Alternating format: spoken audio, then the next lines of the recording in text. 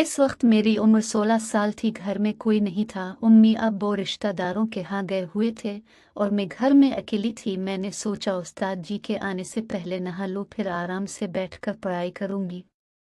मैं कमरे के अटैच बाथरूम में नहाने चली गई। कुछ देर बाद बाहर आई तो सामने उस्ताद जी सोफे पर बैठे मेरा इंतजार कर रहे थे। कपड़े गीले होने की वजह से मेरे प्राइवेट हिस्से साफ नजर आ रहे थे। उस्ताद जी की जैसे ही मुझ पर नजर पड़ी तो उनकी आंखें हैरत से फैल गईं, क्योंकि मैंने नीचे वाले कपड़े नहीं पहने थे।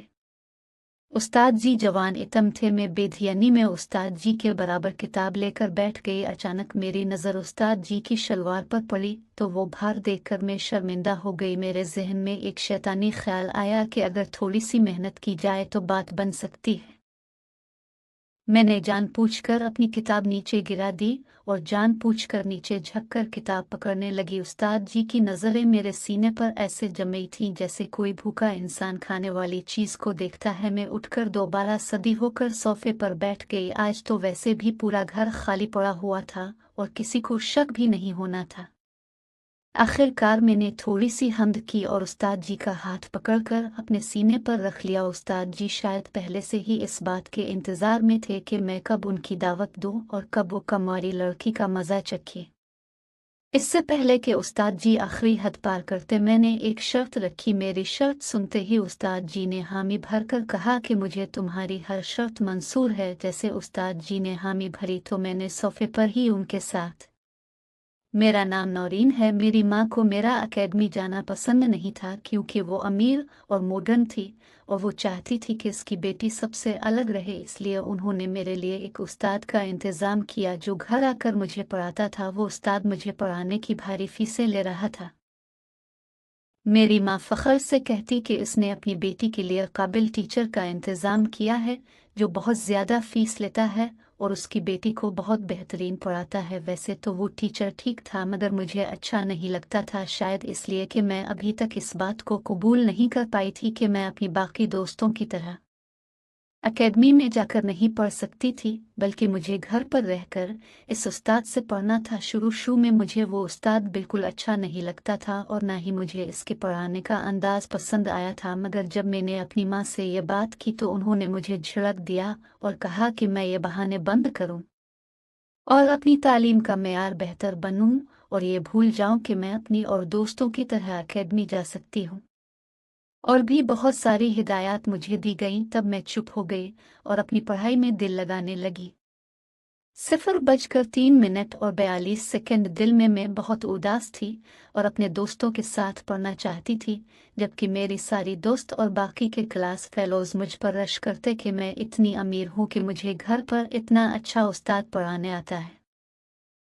उनकी बातें सुनकर मैं भी नखरे में आने लगी और तब मैं अपना सारा अफसोस भुलाकर अपने उस्ताद से बहुत अच्छे से पढ़ने लगी। और जब मैंने दिल से इस उस्ताद को कबूल किया तो मुझे मालूम हुआ कि वो वाकई एक काबिल उस्ताद है और मुझे बहुत मेहनत से पढ़ाता है, और उसकी मेहनत की वजह से मैंने बहुत कम दिनों में अपनी पढ़ाई बेहतर कर ली और अब क्लास में हर सब्जेक्ट में टॉप पर आ गई थी, जिस वजह से क्लास और स्कूल में मेरी खूब वाह होती, जो सुनकर मुझे बहुत अच्छा लगता था। इन तारीफ़ों की वजह से मैं आसमानों में उड़ने लगी थी और तब मैंने अपने उस्ताद को भी दिल से कबूल कर लिया था और उनसे बहुत फरी हो गई और दिल लगाकर उनसे पढ़ती थी और अपनी हर बात शेयर करती ताकि पढ़ाई में मज़ीद बेहतर हो जाऊं। इस वजह से मेरे माँ बाप भी बहुत खुश हो गए थे कि उनकी बेटी पहली पोजीशन पर रहती है और उनका नाम खूब ऊंचा कर रही है। उस्ताद की भी डिमांड बढ़ने लगी थी।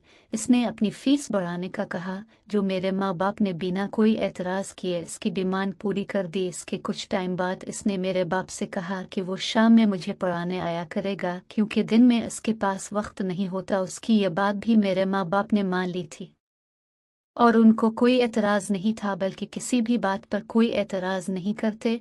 और अक्सर मेरे माँ बाप को रात में बाहर जाना पड़ता था, इस वजह से उन्होंने इस तरफ ज़्यादा तवज्जो नहीं दी कि मैं किस तरह और कैसे पढ़ती हूँ। मैं खुश थी कि मैं पढ़ाई में बहुत अच्छी हो गई हूँ, मगर मैंने कभी सोचा भी नहीं था कि मुझे ऐसे वक्त से भी गुजरना पड़ेगा कि मैं जीने के काबिल भी नहीं रहूँगी।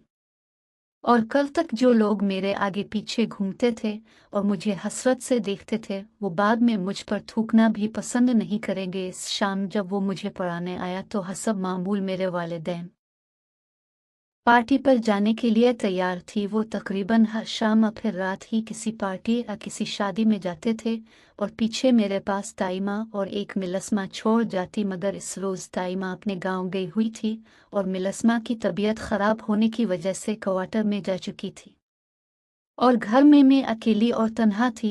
और थोड़ी देर बाद उस्ताद जी मुझे पढ़ाने के लिए आ गए। मैं थोड़ी घबरा रही थी, मैं बिल्कुल अकेली थी, मगर मेरे वालिदैन को इस बात से फ़र्क नहीं पड़ता था और मैं खामोशी से उस्ताद जैसे पढ़ने बैठ गई। उस्ताद ने मुझे पढ़ाना शुरू किया। सबसे पहले उन्होंने मुझे नंबर हल करने को कहा, तो मैं नंबर हल करने में इतनी मसरूफ़ हो गई कि फिर याद भी नहीं रहा कि मैं इस घर में अकेली हूँ और वो उस्ताद भी मेरे साथ बैठा है, जो वैसे तो मेरा उस्ताद था, मगर इस वक्त उसके दिमाग पर शैतान सवार था।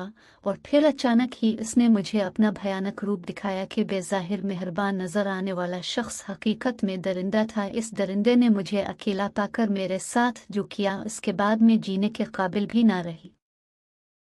मैं पढ़ने में मसरूफ़ थी तो इसने अचानक मुझ पर हमला कर दिया और मुझे भागने की महलत नहीं मिली। इसने मुझे बिल्कुल बेबस कर दिया। इसने मेरे जिस्म से सारे कपड़े उतार दिए और अपनी सख्ती को मेरी नासकी में दाखिल कर दिया। दर्द और तकलीफ की वजह से मेरी आंखों से आंसू निकल रहे थे, मगर वो इंसान नहीं, दरिंदा था। उसने मुझ पर बिल्कुल तरस नहीं खाया और मुझे उस्तों के समंदर में धकेल दिया। मैं बेबस चिड़िया की तरह बस फटफड़ा कर रह गई थी। वो 2 घंटे मेरी जिंदगी के सबसे उज़दनाक थे। इस जंगली जानवर ने मुझे पूरी तरह हिलाकर रख दिया था। मैं तकलीफ की शिद्दत से बेहोश हो गई थी, मगर इस दरिंदे ने मुझ पर फिर भी तरस नहीं खाया। जब वो होश में आया तो मेरी हालत बहुत बुरी थी और मैं मरने वाली हो रही थी, जिस पर वो घबरा गया और मुझे इस हालत में छोड़कर वहां से भाग गया।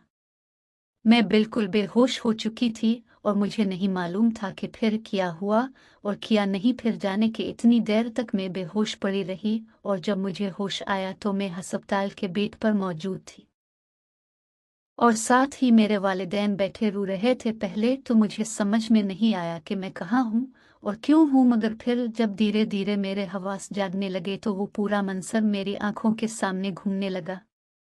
मैं फिर से चीखने चलाने लगी। मेरी हालत पर मेरे वालिदैन तड़प रहे थे और मुझे पुकार रहे थे, मगर मुझे किसी की पुकार नहीं सुनाई दे रही थी। मैं बुरी तरह चीखती जा रही थी और फिर बेहोश हो गई थी। मेरी हालत पर मेरे वालिदैन दुख और पछतावे में जलने लगे थे। फिर तकरीबन 14 दिन बाद में जब संभली तो मेरे माँ बाप मुझे घर ले आए। अब मैं पहले की तरह चीखती चलाती नहीं थी, मगर अब मैंने बोलना ही छोड़ दिया था और अपने वालिदैन की तरफ तो मैं बिल्कुल भी नहीं देखती थी। मुझे उनसे नफरत हो गई थी। काश वो इतने गाफिल और लापरवाह ना होते तो मेरे साथ ये सब ना होता। जिंदगी जीने वाली लड़की हर चीज़ से दूर हो गई थी। मैंने सबसे मिलना जलना छोड़ दिया था, यूं कमरे में ही पड़ी रहती थी।